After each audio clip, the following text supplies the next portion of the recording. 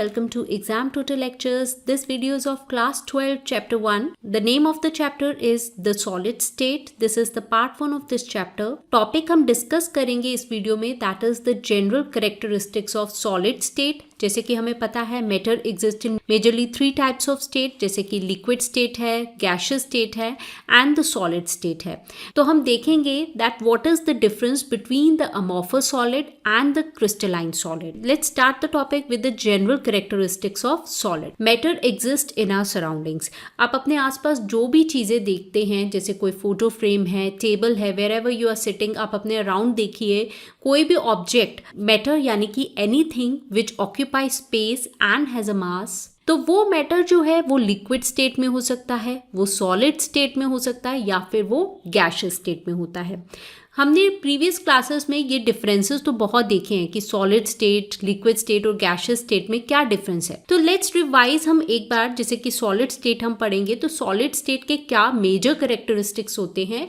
जैसे कि solid state, आप अपने आसपास जो भी चीज़ें देखें अपनी सराउंडिंग्स में, if you are sitting in a room, move out of the room, आप अपने आसपास जो देख रहे हैं, जैसे ट्री है, कार है, टेबल है, वॉल है, anything which has a definite mass, volume and a shape. ठीक है, उसका एक डेफिनेट मास है, एक डेफिनेट वॉल्यूम है, यानी आज जितनी जगह उसने ऑक्यूपाई की है कल भी वो उतनी करेगा and so on. And shape भी डेफिनेट है. जैसे कि लिक्विड्स हैं, लिक्विड्स एंड गैसेस को हम फ्लूइड्स भी कहते हैं, उनका कोई डेफिनेट शेप नहीं होता. लिक्विड का क्या शेप होता है, आपने जिस भी कंटेनर में उस लिक्विड को डाला वो उसका शेप ले लेता है. सिमिलरली गैसेस में क्या होता है, it occupies whole of the space of the container. Solid का मेजर कैरेक्टरिस्टिक क्या है, that is it has a definite mass, has a definite volume and a definite shape. Unlike liquids and gases जो कि fluids होते हैं, because उनकी ability होती है फ्लो कर जाने की. इंटरमोलिकुलर डिस्टेंस में क्या होता है, सपोज ये एक बॉक्स है, इस बॉक्स में जो सॉलिड होते हैं दे आर, इनके बीच में जो डिस्टेंस है, मॉलिक्यूल्स के बीच में जो डिस्टेंस होता है इट्स वेरी शॉर्ट, बहुत कम डिस्टेंस होता है as comparative to a liquid, जिसमें ये डिस्टेंस जो है अगर आप कंपेयर करेंगे सॉलिड से वो थोड़ा ज़्यादा होता है. एंड गैसेस में जो इंटरमोलिकुलर डिस्टेंस होता है ये बहुत ज़्यादा होता है.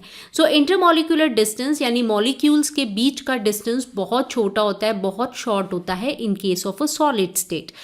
एंड इंटरमोलिकुलर फोर्स अगर हम देखें तो वो स्ट्रॉन्ग है. बहुत ऑब्वियस है, अगर मॉलिक्यूल्स बहुत पास पास हैं तो वो एक दूसरे को अट्रैक्ट कर रहे हैं. There is a intermolecular force among them and that is very strong अगर हम कंपेयर करें विद द लिक्विड और the gas.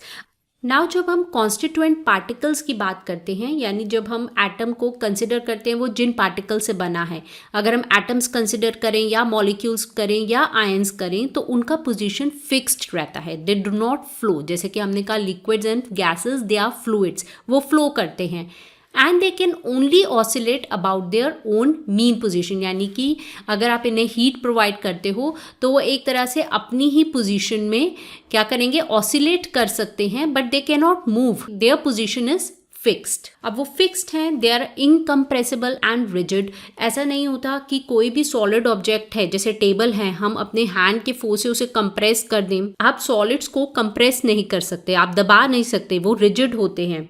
So because of this fixed position, they can only oscillate about their mean position, incompressible. इनको हम क्या कहते हैं, they are very rigid. एक मैटर है, उसका क्या स्टेट होगा, वो सॉलिड होगा कि लिक्विड होगा कि गैस होगा, वो मेजरली 2 फैक्टर्स पे डिपेंड करता है. One is the intermolecular force, जो हमने यहाँ पे देखा, that is the intermolecular force.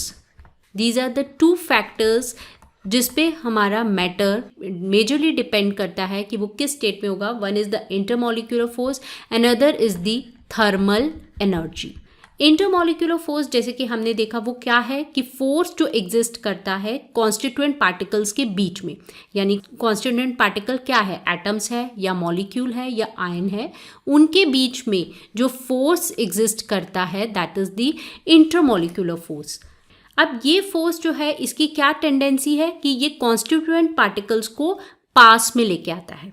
ठीक है, ये क्या करता है, it has a tendency to keep these constituent particles together. अब सॉलिड स्टेट में क्या होता है, ये जो इंटरमॉलिक्यूलर फोर्स है इनके बीच में, ये फोर्स बहुत स्ट्रॉन्ग होता है, जैसे कि हमने अभी देखा था इस पॉइंट में, it is very strong and that the constituent particles they are very close to each other and जिसकी वजह से क्या है, their position is fixed, they cannot move, इसकी वजह से दे कैनॉट मूव। अब मूव नहीं करेंगे तो they cannot behave as a fluid, they cannot behave like a fluid, जैसे कि लिक्विड एंड गैस करते हैं। They cannot move, the solid particles, solid constituent particle, they cannot move because of this strong intermolecular force. So this is one of the major factor कि matter कैसे exist करेगा। And next is the thermal energy. Thermal energy होता है energy which is related to temperature और heat, ठीक है। जो constituent particle की थर्मल एनर्जी क्या है, थर्मल एनर्जी अगर ज़्यादा होगी उसकी वजह से पार्टिकल्स क्या करेंगे, वो मूव करते हैं, ठीक है। थर्मल एनर्जी अगर कॉन्स्टिट्यूएंट पार्टिकल्स में ज़्यादा होगी, वो मूव करेंगे, एक दूसरे से दूर जाएंगे, ठीक है, they move apart. Low thermal energy होगी अगर लो टेम्परेचर है, यानी कि थर्मल एनर्जी भी कम है, पार्टिकल्स जो हैं वो लो डिस्टेंस में हैं। सो लो थर्मल एनर्जी अगर इन पार्टिकल्स की होगी और पार्टिकल डिस्टेंस में नहीं है, इंटरमॉलिक्यूलर फोर्स उनको बाइंड करके रखता है आपस में, जिसकी वजह से दे विल नॉट मूव। इसीलिए जब हम हीट प्रोवाइड करते हैं सॉलिड को, हम एग्जाम्पल लेते हैं आइस का, ठीक है। आपने आइस को हीट प्रोवाइड किया तो उसका टेम्परेचर इंक्रीज किया, कॉन्स्टिट्यूएंट पार्टिकल्स ने वो हीट को एब्जॉर्ब किया, उनकी थर्मल एनर्जी बढ़ गई और वो मूव करने लगे, ठीक है। They break apart this intermolecular force and they started moving and they convert into liquid state. आपने और एनर्जी प्रोवाइड की, और ज़्यादा थर्मल एनर्जी बढ़ेगी तो और मूवमेंट होगा उन पार्टिकल्स के बीच में and then they will convert into the gaseous state as a vapour. So this depends how thermal energy effects the state of matter from solid to gaseous state. ये तो हमने कैरेक्टरिस्टिक देखे कि क्या प्रॉपर्टीज़ होती हैं सॉलिड स्टेट की। अब ये जो एटम्स हैं, ये जो अरेंजमेंट होता है एटम्स का, जो कॉन्स्टिट्यूएंट पार्टिकल्स का, ये डिफरेंट टाइप का होता है, ठीक है। ये नहीं कि सिंपल एक लाइन से ये जुड़े होते हैं एक ब्लॉक्स की तरह, इट कैन बी डिफरेंट, ठीक है। तो इसीलिए हम सॉलिड को डिफाइन कर सकते हैं ऑन द बेसिस क्या ऑर्डर होता है कॉन्स्टिट्यूएंट पार्टिकल्स की अरेंजमेंट का। जो कॉन्स्टिट्यूएंट पार्टिकल्स हैं, एटम्स, मॉलिक्यूल, आयंस, वो किस तरह से अरेंज है, क्या ऑर्डर है उनकी अरेंजमेंट का। हम करेक्टराइज कर सकते हैं सॉलिड्स को into amorphous solid and crystalline solid. So we can classify them as amorphous and crystalline solids. Major difference अगर हम दोनों में देखें, so these are the differences in between the crystalline and amorphous solid। तो सबसे पहले तो डेफिनेशन क्या होती है, एक क्रिस्टलाइन सॉलिड में जो कॉन्स्टिट्यूएंट पार्टिकल्स होते हैं, they are arrange in a definite geometric pattern, ठीक है। एक पैटर्न वो फॉलो करते हैं इन ऑल दी 3 डायमेंशन, तीनों ही डायमेंशंस में they have a definite geometric pattern. Whereas amorphous solid, amorphous में जो ये टर्म है एमॉर्फोस, ये एक ग्रीक टर्म है जिसका मतलब होता है नो फॉर्म, कोई फॉर्म ना होना। अमॉर्फस में इसका एग्जैक्ट उल्टा होता है। अमॉर्फस में there is a irregular shape, particles they are not arrange in a fixed geometric pattern, irregularly arranged होते हैं। ये एग्जाम्पल है अमॉर्फस सॉलिड का and this is the example of crystalline solid. Crystalline solid बहुत ही अच्छे से यहाँ पे डिफरेंस हम देख सकते हैं, ये एक पैटर्न फॉलो कर रहा है, जैसे कि ये हेक्सागन्स अरेंज्ड है लाइक दिस, एक फिक्स्ड ज्योमेट्रिक पैटर्न फॉलो कर रहा है एक crystalline solid, definite characteristic geometrical shape है। वेयर एज एमॉर्फस सॉलिड में क्या है, इरेगुलर शेप है लाइक दिस, कोई भी अरेंजमेंट्स जो हैं दे आर इरेगुलर, ठीक है, कहीं से भी एटम्स आपस में एक दूसरे के साथ जुड़े हुए हैं। आफ्टर द मेजर डिफरेंस इनकी शेप्स का कि पार्टिकल्स अरेंज कैसे हैं, क्रिस्टलाइन सॉलिड में large number of small crystals होते हैं। ये जैसे एक क्रिस्टल है, छोटे छोटे बहुत सारे क्रिस्टल्स होते हैं, छोटे छोटे बहुत क्रिस्टल्स होते हैं, स्मॉल क्रिस्टल्स जो आपस में जुड़े होते हैं और उनका एक रेगुलर पैटर्न होता है। Next is the order of arrangement of constituent particles. जैसे कि हमने बताया क्रिस्टलाइन सॉलिड में क्या होता है, रेगुलर पैटर्न है जो कि इसी फॉर्म में अरेंज होता है, यानी पार्टिकल्स का अरेंजमेंट जो है वो रिपीट होता है पीरियोडिकली ओवर एंटायर क्रिस्टल, पूरे क्रिस्टल में। द ऑर्डर ऑफ अरेंजमेंट को हम क्या कहते हैं, लॉन्ग रेंज ऑर्डर, यानी लॉन्ग रेंज में ऑर्डर सेम रह रहा है। रेगुलर पैटर्न ऑफ अरेंजमेंट है पार्टिकल्स का। वेयरएज जब हम बात करते हैं एमॉर्फस सॉलिड की, एमॉर्फस सॉलिड में क्या होता है, there is a irregular shape and यहाँ पे शॉर्ट रेंज ऑर्डर होता है। शॉर्ट रेंज ऑर्डर की अगर कोई पैटर्न फॉलो हो रहा है तो वो बहुत ही छोटे रेंज के लिए है। Regular and periodically repeating pattern observe होता है over a short distance only. So इसीलिए हम इसका ऑर्डर ऑफ अरेंजमेंट को क्या कहते हैं, short range order. Crystalline solid के एग्जाम्पल है जैसे कि सोडियम क्लोराइड, NaCl हम कह देते हैं सोडियम क्लोराइड, या फिर quartz, QUARTZ, that is quartz. Amorphous solids के एग्जाम्पल्स में होता है, जैसे यहाँ पे क्वार्ट्स है, यहाँ पे होता है क्वार्ट्स ग्लास। देन रबर, जो रबर है, और plastic, these are the major example of amorphous solid. इसके बाद एक मेजर प्रॉपर्टी जो कि मेल्टिंग पॉइंट हम देखें, क्रिस्टलाइन सॉलिड का मेल्टिंग पॉइंट शार्प होता है, फिक्स होता है, करेक्टरिस्टिक टेम्परेचर पे ये मेल्ट कर जाते हैं। एंड एमॉर्फस सॉलिड उसका उल्टा है, ये पहले सॉफ्ट होंगे over a range of temperature, यानी कोई फिक्स मेल्टिंग पॉइंट इनका, एक sharp melting point amorphous solid का नहीं होता। तो बहुत सिंपल ये है कि क्रिस्टलाइन सॉलिड में क्यों शार्प और करेक्टरिस्टिक मेल्टिंग पॉइंट है। एक रीजन है कि इनका एंथैल्पी ऑफ फ्यूजन जो है, एंथैल्पी ऑफ फ्यूजन यानी heat of fusion. Heat of fusion क्या होता है कि कितना हीट रिक्वायर्ड है एक यूनिट मास को कन्वर्ट करने का। एक सॉलिड स्टेट में एक यूनिट मास है, आपको उसे कन्वर्ट करना है इनटू लिक्विड स्टेट, तो कितना हीट रिक्वायर्ड है at its melting point without increasing its temperature. Heat of enthalpy वो सेम रहता है क्रिस्टल का। एक क्रिस्टल के लिए हीट ऑफ एंथैल्पी सेम रहता है बिकॉज सभी पार्टिकल्स जो हैं, कॉन्स्टिट्यूएंट पार्टिकल्स, वो एक रेगुलर डिस्टेंस पे हैं, ठीक है, रेगुलर पैटर्न फॉलो कर रहे हैं। इस रेगुलरिटी की वजह से जो इंटरमॉलिक्यूलर फोर्स उनको होल्ड कर रहा है वो भी यूनिफॉर्म है, सेम टाइप का है, and same amount of thermal energy required होगी उनको ब्रेक करने के लिए भी। इसीलिए मेल्टिंग पॉइंट जो है वो शार्प होता है। वेयरएज जब हम एमॉर्फस की बात करेंगे, एमॉर्फस सॉलिड्स के केस में हमने बताया कि वो पहले सॉफ्टन होता है, ठीक है, ये शार्प नहीं होता melting point. Over a range of temperature वो ग्रेजुअली क्या होगा, सॉफ्टन होगा। एंड उसका रीजन ही ये है जो कि हमने देखा कि वो परफेक्टली ऑर्डर्ड क्रिस्टलाइन फॉर्म में नहीं है, ठीक है, शॉर्ट रेंज ऑर्डर होता है, रेगुलर पैटर्न जो है वो फॉलो नहीं हो रहा। तो जो टेम्परेचर चाहिए इसको मेल्ट करने के लिए वो सेम नहीं है, they melt over a range of temperature. इसी रीजन की वजह से, यही जो मेल्टिंग पॉइंट की रीजन की वजह से क्रिस्टलाइन सॉलिड को क्या कहा जाता है, true solid, true solids. And whereas amorphous solids they are known as pseudo solids, या फिर हम इसे सुपर कूल लिक्विड भी कहते हैं। अब रीजन क्या है इस डिफरेंस का कि ट्रू सॉलिड में ये क्रिस्टल या तो सॉलिड होंगे, ठीक है, उसके बाद वो मेल्ट हो जाते हैं। वेयरएज एमॉर्फस में हमने कहा ओवर अ रेंज ये क्या होता है, पहले सॉफ्टन होंगे, उस पॉइंट पे they are not behaving like a solid, वो रिजिड नहीं है, दे आर सॉफ्टनिंग। और उनकी इस कैरेक्टरिस्टिक को यूज किया जा सकता है बिकॉज हम उसे मोल्ड कर सकते हैं उस टाइम पे, या फिर उसको वेरियस शेप में फॉर्म कर सकते हैं। जैसे बताया हमने, ग्लास जो है it is a form of a amorphous solid. Pseudo solid है, over a range of temperature ये सॉफ्ट हो जाता है, तो हम उस टाइम पे मोल्ड करके डिफरेंट चीजें उससे बना सकते हैं, उसे हम सुपर कूल्ड लिक्विड भी कहते हैं। जब हम हीट करते हैं ऐसे सॉलिड को, थोड़ी टाइम के लिए वो क्रिस्टलाइन फॉर्म में आते हैं at some temperature, they have a tendency to flow बहुत स्लोली। अब इनमें क्या होता है, they have a tendency to flow, tendency to flow.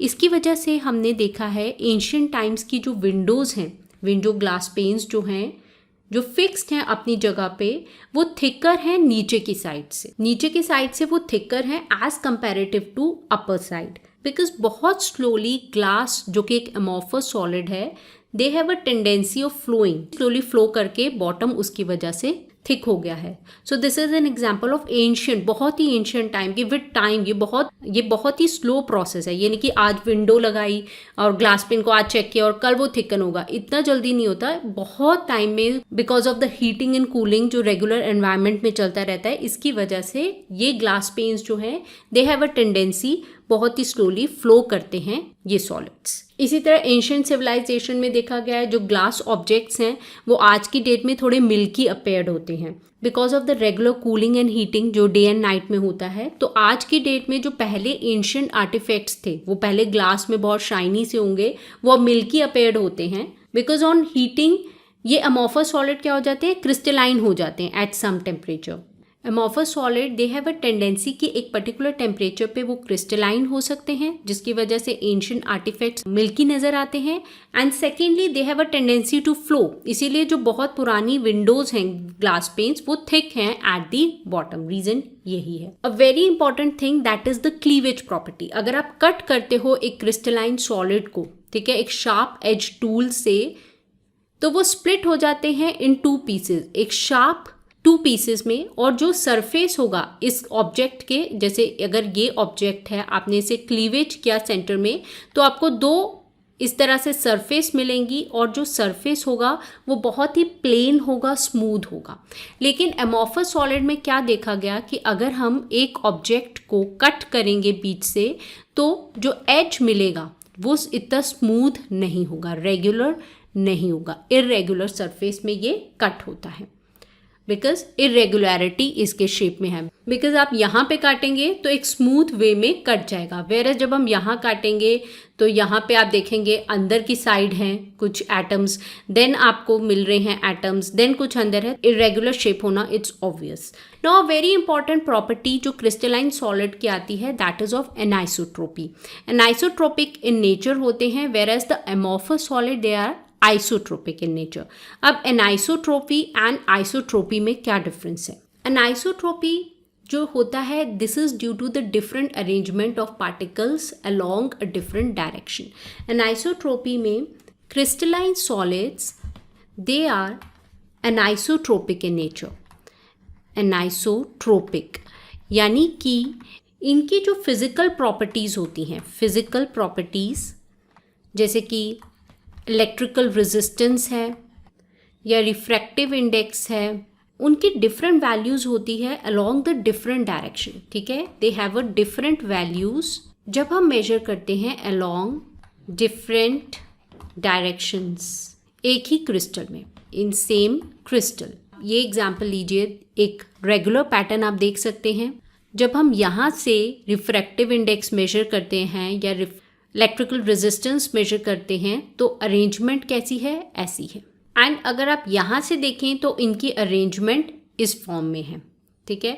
जैसे सिलिकॉन डाइऑक्साइड की हम एग्जांपल लें तो एक तरह से अगर हम कट करेंगे तो सिलिकॉन के एटम्स आ रहे हैं, एक तरह से अगर हम रिफ्रैक्टिव इंडेक्स मेजर करें तो सिलिकॉन के एटम्स आ रहे हैं, दूसरी साइड पे ऑक्सीजन के आ सकते हैं। तो डिफरेंट एंगल पे अगर हम देखेंगे तो अरेंजमेंट डिफरेंट आती है। There is a difference of arrangement of particles in the different direction and इसी वजह से जो वैल्यू आती है सेम फिजिकल प्रॉपर्टी की वो डिफरेंट आती है हर डायरेक्शन में बिकॉज अरेंजमेंट डिफरेंट आ रही है। वेयरएज जब हम अमॉर्फस की बात करेंगे उसमें क्या होता है, आइसोट्रोपिक होते हैं, they are isotropic. Isotropic different होते हैं एनाइसोट्रोपी में बिकॉज आइसोट्रोपिक में प्रॉपर्टीज मटेरियल की, यही जो फिजिकल प्रॉपर्टीज हैं, refractive index, electrical resistance etcetera, ये आइडेंटिकल होती है सभी डायरेक्शन में। नो लॉन्ग रेंज ऑर्डर, कोई भी लॉन्ग रेंज ऑर्डर नहीं होता, अरेंजमेंट इरेगुलर होता है, जैसे कि ये है अरेंजमेंट एक इरेगुलर होता है ऑल द डायरेक्शन। एवरेज ये लें, एक ये ब्लॉक ऑर्डर लें या फिर हम ये ब्लॉक लें तो उसमें क्या आप ऑब्जर्व करोगे, आप कहीं भी देख लो डिसअरेंजमेंट विल बी सेम, हर डायरेक्शन में डिसअरेंजमेंट एक ही टाइप का होगा, physical properties along every direction same आता है। अगर यहाँ पे देखें और इनके ब्लॉक्स देखें अरेंजमेंट डिफरेंट आएगा, कहीं पे इस तरह से होगा, कहीं पे ऐसा होगा, अरेंजमेंट डिफरेंट आएगा। So that is why this is anisotropic and this is isotropic. Amorphous solid में जैसे हमने एग्जाम्पल देखा glass, rubber, plastic, they are very useful, इनके डे टू डे लाइफ में काफ़ी एप्लीकेशंस होते हैं, उसकी प्रॉपर्टीज़ की वजह से ही ये एप्लीकेशंस हैं। देयर आर मैनी एप्लीकेशंस जो हम अपनी डेली लाइफ में यूज़ कर सकते। Amorphous silicon amorphous silicon is one of the best photovoltaic material है. Photovoltaic क्या होता है? They convert sunlight, जो sunlight को electricity में amorphous silicon को हम use कर सकते हैं. Let's see the two-dimensional structure of silicon dioxide यानी कि SiO2. Silicon symbol is Si and oxygen is O. ये क्रिस्टलाइन फॉर्म में भी हो सकता है या एमॉर्फस फॉर्म में भी हो सकता है. क्रिस्टलाइन फॉर्म ऑफ सिलिका को हम क्या कहते हैं? Quartz. This is the crystalline solids, इसको हम कहते हैं क्वार्ट्स. ठीक है, जब एक रेगुलर पैटर्न होता है. वेयर एज अगर ये एमॉर्फस फॉर्म में है तो हम इसे कहते हैं क्वार्ट्स ग्लास. ठीक है, कंफ्यूज मत होइए. Amorphous is glass and crystalline is only quartz. Silicon dioxide यानी कि ये एक 2-डायमेंशनल स्ट्रक्चर है. 3-डायमेंशनल जब हम देखेंगे तो it will be like a tetrahedron structure. SiO4 है, 4 नेगेटिव. इसमें ऑल 4 कॉर्नर्स जो होते हैं सिलिकॉन के, इट्स लाइक दिस. जैसे सिलिकॉन सेंटर में है एंड ऑल 4 एक टेट्राहेड्रन फॉर्म में होता है 3-डायमेंशनल में. एंड ऑल 4 जो कॉर्नर्स हैं दे आर शेयर्ड. ठीक है, एक नेटवर्क बनाता है. वेयर एज एमॉर्फस में क्या होता है? रैंडम अरेंजमेंट है. आप देख सकते हैं यहाँ पे, जैसे कि ये ब्लू में क्या है? Silicon and red is the oxygen. ये 2-डायमेंशनल में है तो ऐसा नजर आ रहा है. वेयर एज इन 3-डायमेंशनल इसके पीछे भी एक बॉन्ड है ऑक्सीजन के साथ टेट्राहेड्रन फॉर्म में. ये बैक साइड पे आप इसे कंसिडर कीजिए. टेट्राहेड्रन स्ट्रक्चर होता है, यही नेटवर्क फॉलो होता है पूरे क्रिस्टल में. एमॉर्फस में क्या होता है? रैंडमली ज्वाइंट है. ठीक है, दे आर रैंडमली ज्वाइंट. एक पॉलीमेरिक चेन सी ये बनाते हैं, चेन फॉर्म में. चेन्स है यहाँ पे क्या है? रेगुलर क्रिस्टल फॉर्म में ये चेन सा एक बना देते हैं और 3-डायमेंशनल यूनिट. तो दैट इज एमॉर्फस सिलिका. तो कहीं पे भी लिंक्ड अप होते हैं. सो ये था major difference between the crystalline solid and the amorphous solid. In a next video we will discuss more about the crystalline solid. सभी टाइप ऑफ सॉलिड्स को हम डिस्कस करेंगे. चैनल को सब्सक्राइब कर लीजिए. It's exam total lecture. साथ ही दिए हुए बेल आइकन को ज़रूर प्रेस करिए फॉर द इंस्टेंट नोटिफिकेशंस. जब भी वीडियो पब्लिश होगी new, you will be notified. Comment करके आप अपने व्यूज़ बताइए. Do like, subscribe and share exam total lectures. That's all for this video. Thank you very much.